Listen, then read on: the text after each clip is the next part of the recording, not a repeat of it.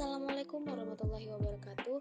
Halo semuanya, perkenalkan saya Lili Khadijah dengan nomor NPM CG 201110281 sebagai salah satu mahasiswi Institut Setiami Kampus CTB Simatupang dengan jurusan Manajemen Komunikasi Reguler tahun 2020 dengan fokus Public Relation.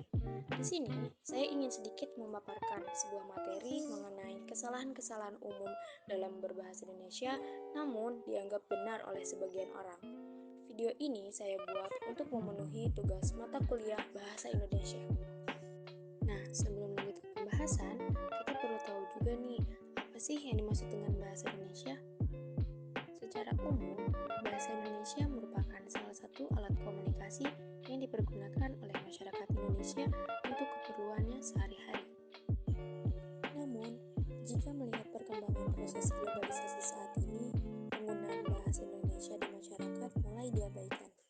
Atau dengan kata lain, masyarakat kini kurang kritis terhadap penggunaan bahasa Indonesia yang baik dan benar.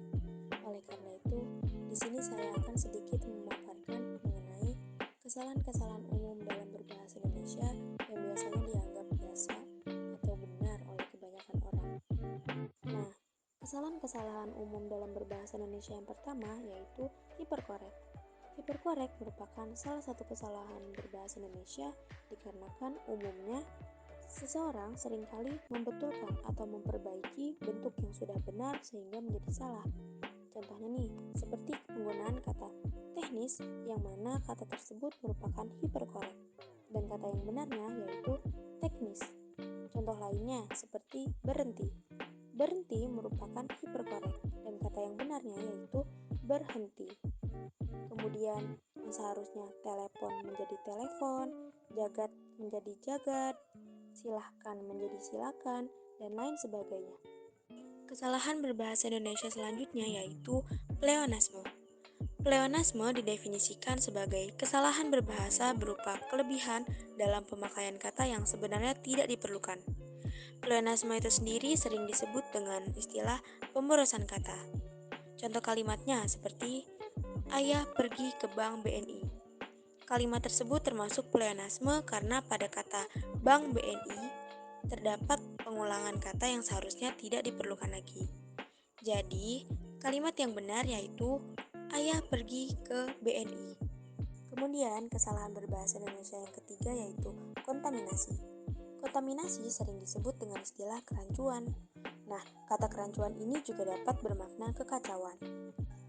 Sehingga berdasarkan paparan tersebut, dapat disimpulkan bahwa kontaminasi atau kerancuan yaitu susunan unsur bahasa yang tidak tepat, seperti tataran kata, tataran kelompok kata tingkat frase, dan juga tataran kelompok kata tingkat kalimat. Contoh kalimatnya seperti ini. Setelah menyadari kesalahan masing-masing, mereka saling maaf-memaafkan. Nah, contoh tersebut termasuk ke dalam tataran kelompok kata tingkat frase. Kesalahan berbahasa Indonesia selanjutnya yaitu perombakan bentuk pasif. Nah, pada perombakan bentuk pasif ini terbagi menjadi 3 bagian. Salah satunya yaitu penghilangan awalan di untuk bentuk pasif yang seharusnya menggunakan awalan di. Nah, saya ambil sebagai contohnya dari sebuah kalimat yaitu praktik kerja lapangan ini mahasiswa semester 6 lakukan. Nah, ini adalah salah satu bentuk kalimat yang tidak baku dan diubah menjadi kalimat baku yaitu praktik kerja lapangan ini dilakukan oleh mahasiswa semester 6.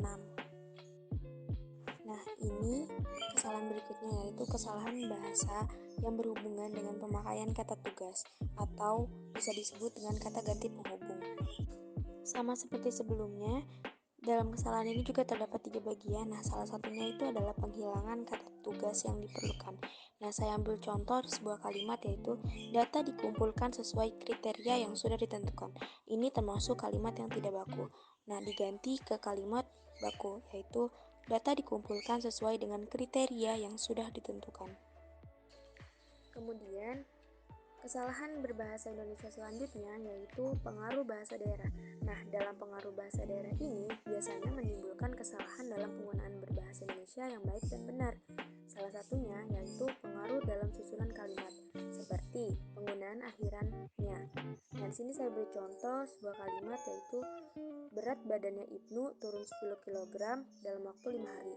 Nah, ini tuh kalimat yang tidak baku dan diganti dengan kalimat baku yakni berat badan Ibnu turun 10 kg dalam waktu 5 hari.